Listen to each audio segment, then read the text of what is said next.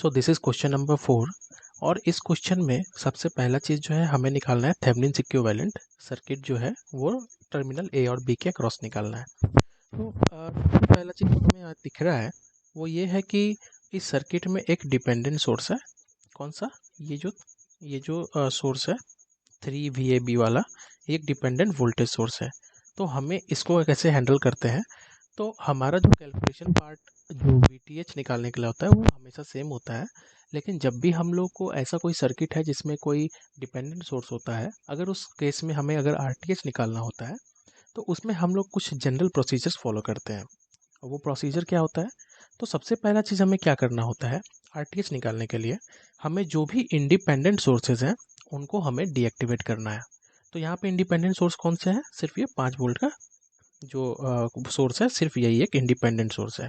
तो हमें क्या करना होगा, इसको शॉर्ट सर्किट करना पड़ेगा। ठीक है, तो शॉर्ट सर्किट कर दिया हमने। उसके बाद जो सर्किट जो जैसा है वैसा हम लोगों ने बना दिया, 2 किलो ओम, और यहाँ पे एक this is 3 VAB, okay, and then here it is 1K, और ये टर्मिनल ए और बी है suppose. Okay,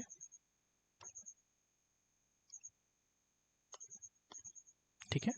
so now what we can see, like further अगर हम देखें तो ये 2K और ये 2K जो ये दोनों पैरेलल में है, तो इनको हम लोग क्या कर सकते हैं, फर्दर हम लोग इसको रिड्यूस कर सकते हैं एक सर्किट में जो इक्विवेलेंट पैरेलल में 1 किलो ओम का हो जाएगा।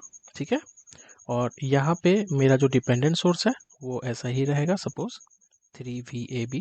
ओके, और यहाँ पे मेरा जो 1K है वो ऐसा ही रहेगा। फाइनली हमारे पास ये सर्किट अवेलेबल हो गया। अब अगर हम लोग क्या करते हैं, हम लोग डिपेंडेंट सोर्स को कुछ भी नहीं करते, डिपेंडेंट सोर्स को सर्किट में वैसे ही रहने देते हैं।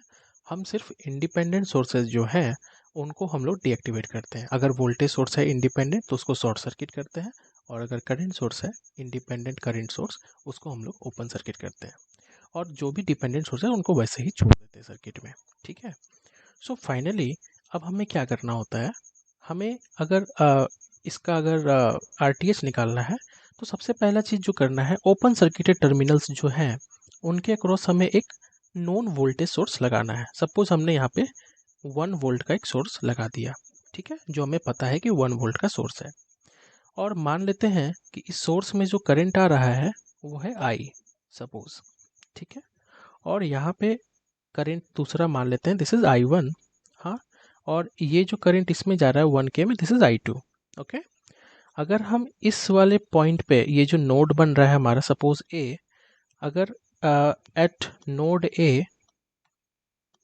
है ना, KCL अगर हम लोग लगाते हैं तो वहाँ से क्या मिलेगा, KCL में होता है कि जो भी करंट नोड की तरफ आ रहे हैं वो किसके इक्वल होंगे, वो होंगे जो भी जा रहे हैं उनके सम के इक्वल। ठीक है, sum of all the current coming towards the node is equal to the sum of the currents going away from the nodes. ठीक है, तो यहाँ पे कौन कौन से आ रहे हैं, I is coming towards node and I1 is I2 is going away from the node, so I equal to I1 plus I2, ये हमारे पास आ गया। ठीक है, now what we will do is that हम लोग ये वाले सर्किट में एक KVL लगाते हैं।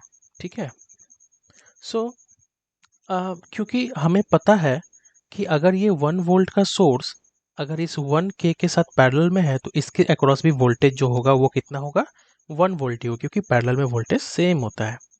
तो हम लोग इसका मार्किंग कर लेते हैं प्लस माइनस, ओके, और यहाँ पे भी प्लस माइनस। ठीक है, तो अगर इस वाले लूप में KVL लिखें तो हम लोग स्टार्ट करते हैं 1K के साथ में। ठीक है, तो क्या हो जाएगा, दिस ये ऐसा बन जाएगा। सो लाइक सबसे पहला चीज़ हमें ये देखना पड़ेगा कि जो पॉइंट नोड A है इस पे जो 1K का जो रेजिस्टेंस लगा है, सो इसमें से हम लोग क्या निकाल सकते हैं, अगर हम 1K इंटू I2 करें तो वो किसके इक्वल होगा, 1 वोल्ट के, क्योंकि पैरेलल में वोल्टेज सेम है। सो यहाँ से हमें क्या मिल जाता है, हमें मिल जाता है I2 equal to 1/1K is equal to 1 milli ampere. ठीक है, I2 हमें पता चल गया। Okay, now what we will be doing, like अब हमें KVL लगाना है, तो हम लोग क्या करेंगे?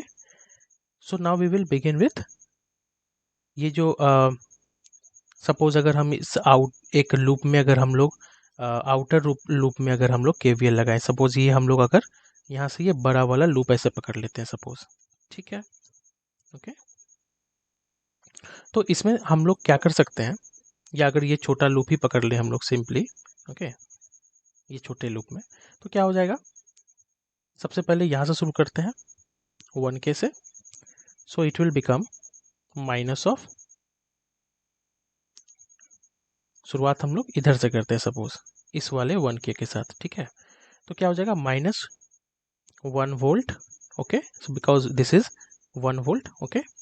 Now it is -3 VAB, okay, and then plus 1K into I1 equal to 0, okay.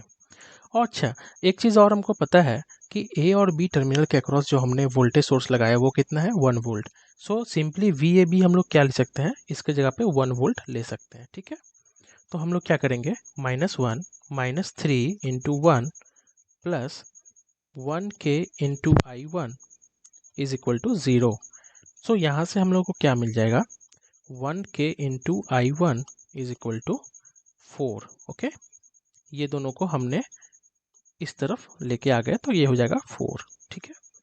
So now I1 is equal to 4 upon 1K is equal to 4 milli ampere, ठीक है, क्योंकि जो K है ऊपर जाएगा तो 10 to the power -3 होगा and that will become like 1 milliampere suppose, okay. So now we have got I1 and I2 also. So I1 is equal to, I1 हमारा कितना आया? I1 is 4 milliampere और I2 कितना आया? 1 milliampere. So finally ये जो हमने इक्वेशन लिखा था शुरू में, I is equal to I1 plus I2. So from there I is equal to I1 plus I2. So it will simply become 4 plus 1 is equal to 5 milliampere, okay. So now we have got I, like the circuit में जो current जो जा रहा था ये I हमें मिल गया और ये V हमें पहले से पता है। तो अगर हमें इस दोनों टर्मिनल के अक्रॉस अगर हमें रेजिस्टेंस निकालना है तो सिंपली V बाई I करेंगे, ओके। तो उससे हमें मिल जाएगा। So it will become V by I और V हमको पता है कि 1 वोल्ट है, ओके, और I कितना आया? 5 मिली एम्पियर, ओके। सो मिली को हम लोग लिख सकते हैं 10 to the power -3. So it will become 10 to the power 3 upon 5 is equal to 200 ohms, okay. So it will become 200 ohms. Now अब हमें क्या है? हमारे पास RTH आ गया। So RTH, यहाँ पे गलती हुआ है, यहाँ पे this is RTH not I. RTH is equal to 200 ohms, okay. So ये एक चीज़ आ गई। अब हमें क्या निकालना है? VTH निकालना है। तो VTH के लिए हम लोग क्या करेंगे? सबसे पहले जो भी सोर्सेज हैं सबको रहने देंगे सर्किट में, ओके।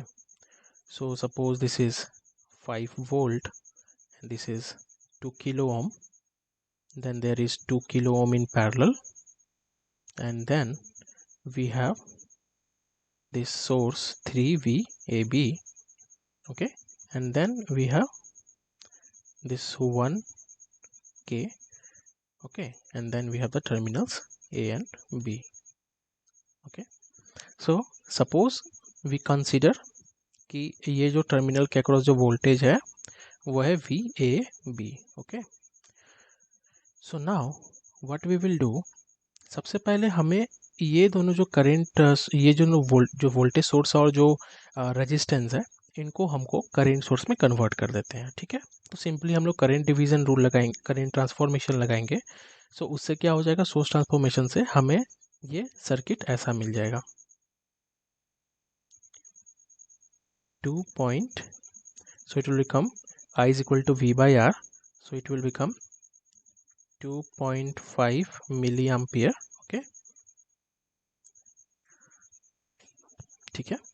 और इसके साथ पैरेलल में आ जाएगा 2K और ये पैरेलल में 2K पहले से जो है, ओके।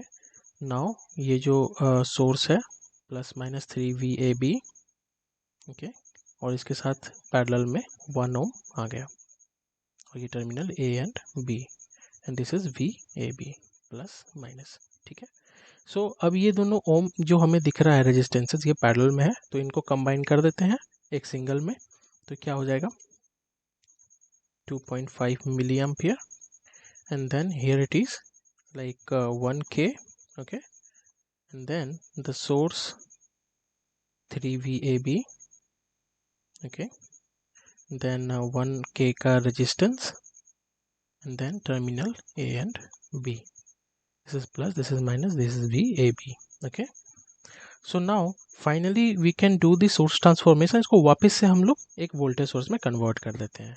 ठीक है, तो वो क्या हो जाएगा, एक वोल्टेज सोर्स बन जाएगा 2.5 into 10 to the power minus 3 into 1 into 10 to the power 3, so it will become 2.5 volt. ठीक है, so 2.5 volt, and then the resistance of 1k will come in series, और यहाँ से हमें एक 3VAB जो सर्किट में है, और ये 1k, okay, and then finally we have terminal A and B. ठीक है, and this is VAB plus minus. So finally अब हमारे पास ये सर्किट आ गया। ठीक है, और ये बहुत ही सिंप्लीफाइड सर्किट आ गया हमारे पास। अब हम क्या करते हैं, इस सर्किट में एक करंट ले लेते हैं, suppose this is I. Okay, so अगर current is flowing through this resistance in this way, so इधर क्या होगा, प्लस, इधर माइनस होगा, सिमिलरली यहाँ पे प्लस, यहाँ माइनस होगा। ठीक है, अब अगर हम KVL लिखें, बाय KVL क्या लिख सकते हैं, सबसे पहले अगर हम शुरुआत करते हैं 1k के रेजिस्टेंस जो है राइट साइड में, उससे शुरू करते हैं, तो क्या हो जाएगा, plus 1k into I, okay, minus 3 VAB, ठीक है, VAB, एंड देन फिर क्या हो जाएगा, फिर हो जाएगा क्या, plus 1k into I plus 2.5 is equal to 0। ठीक है, तो यहाँ से हमें क्या मिल जाएगा, 2k into I, okay, plus 2.5 is equal to 3VAB। ठीक है, ये हमारे पास एक इक्वेशन आ गया। सिमिलरली हम लोग क्या कर सकते हैं, हम लोग दूसरा जो अब इसमें से एक दूसरा इक्वेशन क्या मिल सकता है, अगर हम VAB की बात करें तो वो क्या है, ये जो करंट जो इसमें जा रहा है, ये इसका मल्टीप्लाई कर दें अगर वो रेजिस्टेंस है, तो हमें VAB मिल जाएगा, क्योंकि इसी के अक्रॉस VAB है। सो यहाँ से हम लोग क्या लिख सकते हैं, VAB is equal to minus minus minus, क्यों, क्योंकि ये दोनों का टर्मिनल उल्टा है, मतलब जो VAB का पोलैरिटी है वो उल्टा है 1k के अक्रॉस, इसलिए माइनस माइनस 1k इंटू आई। ठीक है, सो यहाँ से हमें VAB पता चल गया, सो I इक्वल टू क्या हो जाएगा, माइनस VAB बाय 1k। ठीक है, ओके, सो इसको हम लोग क्या लिख सकते हैं, I equal to minus VAB into 10 to the power minus 3। ठीक है, तो अब इसको हम लोग इस वाली इक्वेशन में प्लेस कर देते हैं, तो क्या हो जाएगा, तो ये जो हमें फाइनली जो मिलेगा, ये हो जाएगा 2 into 10 to the power 3 into I क्या हो जाएगा, minus VAB into 10 to the power minus of 3 plus 2.5 is equal to 3VAB। ठीक है, तो यहाँ से क्या हो जाएगा, 10 to the power 3 10 to the power 3 cut गया, क्या हो जाएगा, minus 2VAB plus 2.5 is equal to 3VAB। So taking this side, तो क्या हो जाएगा, finally 5VAB is equal to 2.5। So from here VAB is equal to 2.5 upon 5 is equal to 0.5 volt. ठीक है, तो हमारे पास दोनों आ गया, हमारे पास क्या आ गया, VAB आ गया, और ये क्या है, VTH है हमारा 0.5 वोल्ट का, और RTH जो हमारा आया था, सो RTH was 200 ohms. So finally we can draw the circuit, 0.5 volt in series with a 200 ohm resistance, and these are terminals A and B. Okay, so this is the solution of this